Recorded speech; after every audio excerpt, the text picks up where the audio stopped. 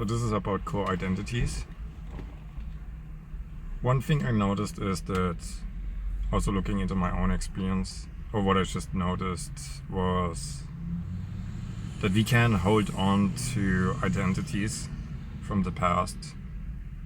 Growing up, I was an outcast, so that stood with me until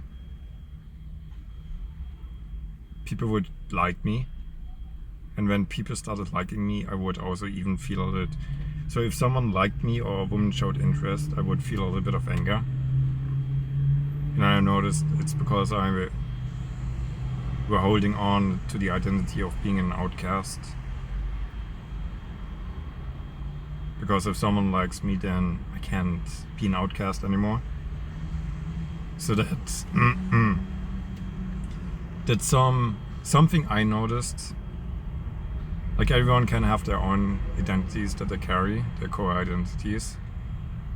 One way of finding that out, what you might have as a core identity or holding on to, is to just ask yourself what you think you are, or who do you think you are? Not who you would like to be, but who do you think you are? And then that can be your identity. Or you can have several. It can be different things.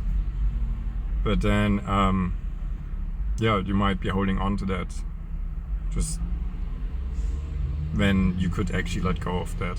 So if you have an identity, then just notice like what things show up that show you the opposite of your identity or the identity you're holding on to. I noticed two things. One was being an outcast, because growing up I was an outcast, but then I held on to it, and now I noticed like you can't just let go of those things. Then another thing was being ugly. Like, growing up, something happened where would get praises and would feel extremely ugly because of that. And I would carry that around. So then you start carrying those identities around, which might not even be reality, because you can see, for example, women that are attracted to you. You can see a woman looking at you, but because you carry that identity around, you don't see it. You're almost blind to it, or you notice it, but it's almost like an immediate shutdown. Like, this can't be true. Or a dismissal of that. Then, it can be different for different kind of core identities that you hold, but I would just pay attention to it, going throughout your day today, noticing your thoughts.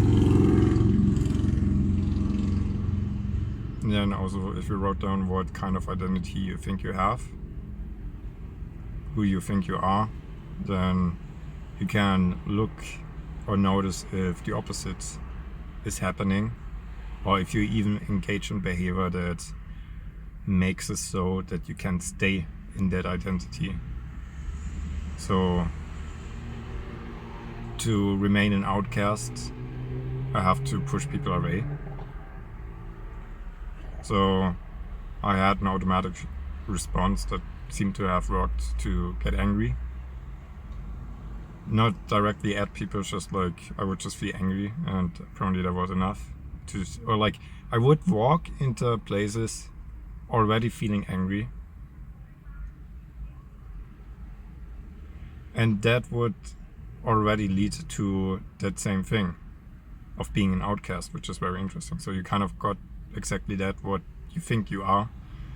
When you're not angry, if you don't carry that identity as an outcast around, or you're angry over being an outcast, then you won't attract that. You go into places or go around feeling lighter, not angry or as angry, or angry over certain things.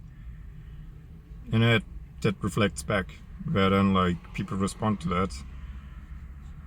So that's something I noticed. And And yeah, I'm gonna see you in the next video.